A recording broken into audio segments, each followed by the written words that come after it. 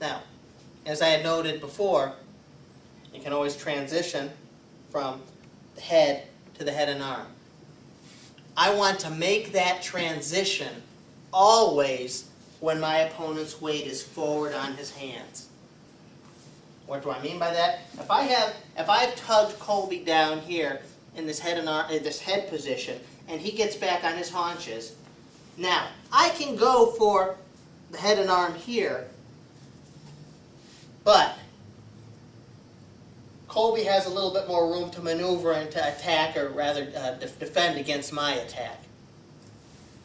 Alternatively, I want to tug him forward to keep the weight on his hands and forward. It's at that point I want to make the transition to either of the two grips I discussed earlier. And I'm going to go over them now in a little bit more detail once we're on the mat.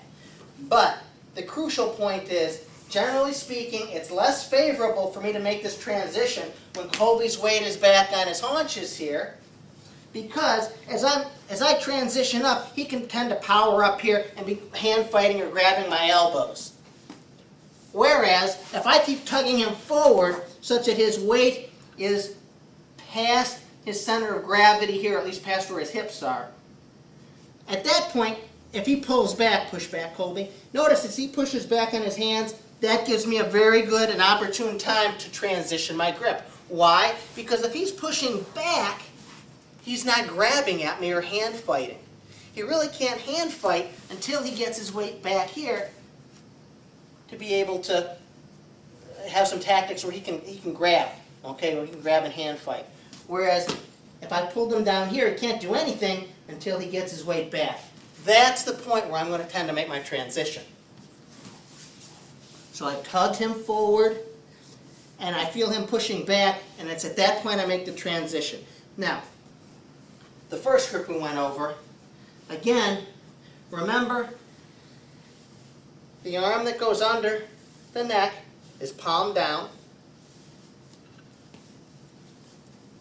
It's also as chintzy as I can make it here. In other words, I don't want to come super deep this way, because the further I come through, the more likely I am to get dragged. The more likely I am, the deeper I come through and underneath Colby's neck, the more of a handle I give him to reattack me. So as I come here, you're going to notice that I try as best I can to keep my elbow in, high, into my side and high away from him. I like just grabbing my fingers. Some people prefer this type of grip. That's fine. I've preferred this, even though generally speaking this is, for the most part, not one of your stronger grips in wrestling. In this position, I feel I can get a good angle here. I can also quickly adjust if I want to slide down and grab his tricep, which I favor frequently. So I'm in here, in this position. Now, I want you to notice my shoulder is on his shoulder, so I'm pushing through the top of his shoulder blade here in this direction. I'm pinching tight, getting an acute angle here, much less than 90 degrees. Notice too, I'm not straight out here. I'm slightly to the side. Why? I'm going to get my shoulder in more this way than I will staying exactly square. So I'm in this position here. Notice, if my weight is on my knees, some of my weight isn't on Colby. So I want to keep my weight here off my knees and on Colby's shoulder here. Okay? So this is one grip, this is one type of a grip here. Colby kind of back up a little bit and grab onto my arm, just kind of power up a little. I just want to be able to hang here. Now, one thing to tuck into the back of your mind when you're practicing this is, generally speaking, I either want to continue to pull Colby forward, or I want to be circling, generally, in this direction, sort of tugging on his arm this way, as opposed to bringing him around this way. The more I come in this direction, the more I will have pressure on him. Generally speaking, the more I come in the opposite direction, the less pressure I'm going to have on him. Now, we're going to go over some finishes in a bit where I'm where I'm going to be coming around this way, for example, okay? Also where I'll be coming around the opposite way. And that's not going to be as much of an issue in terms of the finish. But in terms of securing your opponent, in terms of being able to maintain better position, continually improving your position, typically circle away from that arm. So if I'm in this position here, say I have this position, I'm going to come this way. Okay. Now, in a brief review, this is up, through with the palm down, arm is up, but the palm is down, elbow is in tight, got the grip. Notice I'm kind of somewhat to my side a little bit in this position here. And I want to keep this up as high as I can get it on the point between his rear of his deltoid here and the top of his lat muscle from here. And if anything too, I'm kind of pushing slightly at the very top of his tricep just by the angle of my arm here. Now, on this side, I'm going to be in this position here. This is the position I want to be. I want to keep this in as tight as possible. Okay, Colby, grab my elbow. He doesn't have nearly as good purchase here as he will have here. Now he's almost controlling my shoulder in this position. So again, I want to keep my shoulder in and as shallow as possible. The alternative grip, and I like this a lot, is you can really crank on people pretty good. And this position is, from here, a lot of times I like to make a transition, especially like if he's pushing back, push back. He's starting to get a good frame here. So now it's hard for me to go against this post. So I take it away. Notice, this arm stayed in pretty much the same position. When I lifted Colby's arm up, I didn't lift it exactly straight up this way. I kind of turned it and tugged it like I'm going to tug it behind his head. At the same time, I'm pushing the point of my shoulder forward. And you'll see from here, especially as I circle, it's like I'm pushing his head underneath his arm in this position. This is a very good and powerful position. Again, I'm going away from his arm. So, if I'm having trouble, for example, because I want to tug, and we talked about tugging and spinning, I can do the same thing here. I tug forward, and as soon as I feel Colby pushing back, that's when I'm going to tend to spin. Same principle as when you just have the head. Again, it's a basic rule. You want to spin when your opponent's weight is on their hand, when you've manipulated their weight on their hands.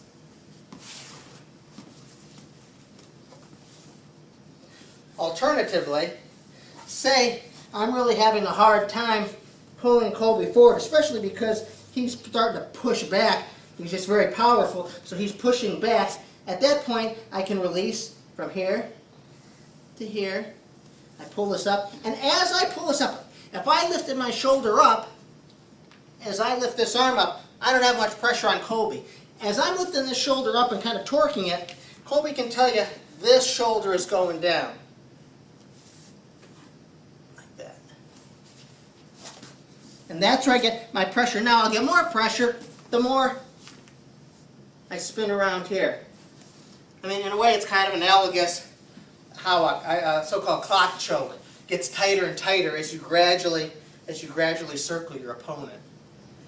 If I do make the mistake, or my opponent is simply able to get positioned to where my elbow comes in kind of deep here and he controls my elbow, especially with this arm here, what I'm going to do is I'm going to adjust my grip to come across his face. You'll notice the grip I had was mostly kind of under his chin when I was in here. Okay? What I'm going to do is I'm going to adjust that across his face. So I'm in here, he grabs my elbow. What I'm going to do is I'm going to slide this down. So he's still got my elbow, but I want you to notice where my grip went from here to his neck to here along his jawline. And I'm going to keep the pressure this way here.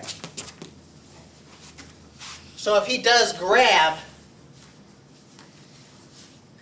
my elbow to control it, we'll go over a shucking type motion in a bit.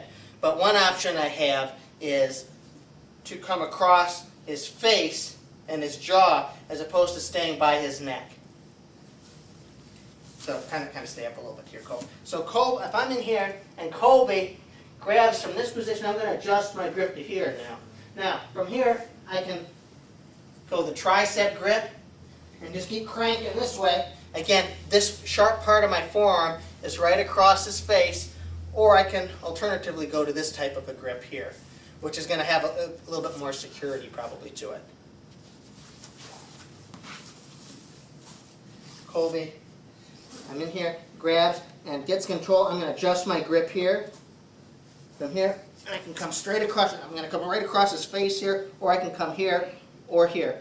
Okay, but I'm across his face now. I'm going to stay, of course, off my knees. Notice he's got control of my elbow now, which has me in somewhat less favorable position here. Also, too, his weight's further back. But at this point, I'm not allowing him to have great position by virtue of controlling his head with an uncomfortable feeling of the sharp part of my forearm across his face here. Okay, and from here you can try to spin if you like. Or we can shuck. We'll go over that in a little bit. My main point here is that's an alternative if your opponent does get your elbow control because either you dipped your elbow in too deep or they were simply able to manipulate the position to get control. You can come across the face, again, with the sharp part of your forearm. Similarly to some of the defensive type things that we've done in the past, if I'm here, Colby gets this arm, and I come to this position here, I can cover his head this way here and hip ice through. If I'm in this position and I got my elbow too deep, Colby has control of my elbow here, I can change it to around the head. I can lift up here. Now from here, I can grab here, I can lift here, and I can still keep coming this way, but I want to keep the pressure here, and tight, here, tight, across his face. One option I have as I'm coming in this direction is I put my abdomen against his head so that I'm pushing his head very hard. I push my hips in, and he's going to come to this position. It's a scramble, but he's in very precarious position with his head jammed up like this. So typically I can hip heist out successfully. You'll notice as I do this, from here, I'm pushing my hips in the whole time. If I do this, I don't have pressure, but I'm pushing my hips in the whole time. From here. If Colby fights from here, notice the position I'm in, I keep pushing my hips. I'll keep running in that way until I get to a favorable position to hip heist out. I keep pressure on the head the whole time. When I mean pressure on the head, his chin should be right next to his chest. It should be difficult for him to breathe because I'm squishing his head and his chin so much to his chest.